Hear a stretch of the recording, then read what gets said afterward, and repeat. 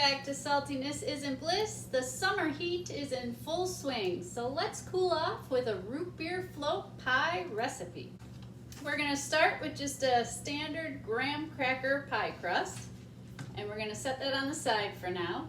These few ingredients right next to the crust are all we need to whip up this delicious recipe, so let's get started. In a large bowl, we want to combine three things. So we want to take a box of vanilla pudding mix, can be any brand, any style, and pour that in our bowl.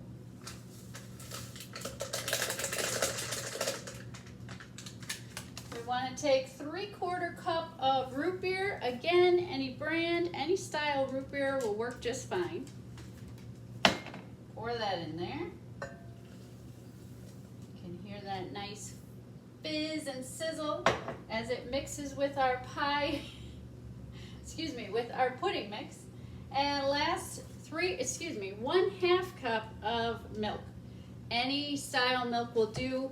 I buy my milk a lot of times in the box version, and the reason that I love the box version, this has a really long shelf life, and you don't need to refrigerate it until you're ready to use it. So this box of milk right here is good for almost a year.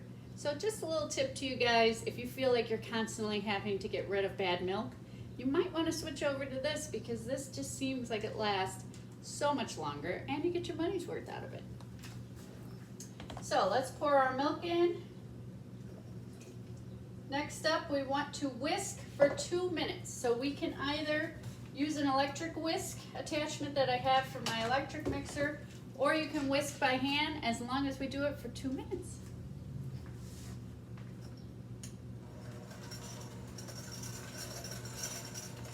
So 2 minutes of whisking is done. You should notice that it has a nice creamy, almost caramel-like look and texture to it. One of our very last steps is we want to take an 8-ounce container of Cool Whip or whipped topping, and we want to fold half of this container into our mixture. And then we're going to use the other half in just a moment. So not only is this just a light, great recipe for summer, it's also very quick and easy. Just a handful of ingredients.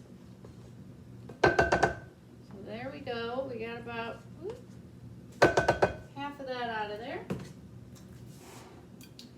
And now, raise that up so you guys can see it a little better.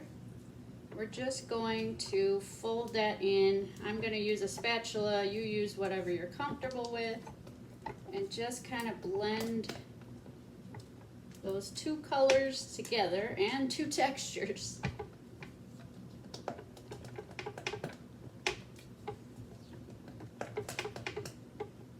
The swirling of the colors kind of reminds me of when I featured peanut butter fudge on this channel. Kind of has a similar look to that. There we have it, guys. So now we are simply going to pour this whole blended mixture right into our pie crust. So here it is in our pie crust, and now we're just going to smooth the top out with our spatula or whatever you're using. This is why I love to use spatulas for this type of recipe, because they just come in so handy for scooping the mixture out of the bowl and then smoothing it out into the crust here. So there we go, something like that. And last but not least, we are going to take the remaining whipped topping Cool Whip that we have left in here, and we are just going to smooth that over the top of our pie that we've just created. So just like we did with the pie filling, we are going to take our spatula. I'm going with my mini spatula for this part, and we're just going to smooth the rest of that whipped cream all across the top of our pie evenly. Once we're done with that, we will pop this in the freezer anywhere up to 8 hours. I'm really hoping that this will be set and done and ready for dessert after dinner tonight. But just know it may need to set for a little bit longer. You can even go overnight if need be. And then you can just slice into it and enjoy. And hopefully stay cool in these hot summer days ahead. So there it is, guys.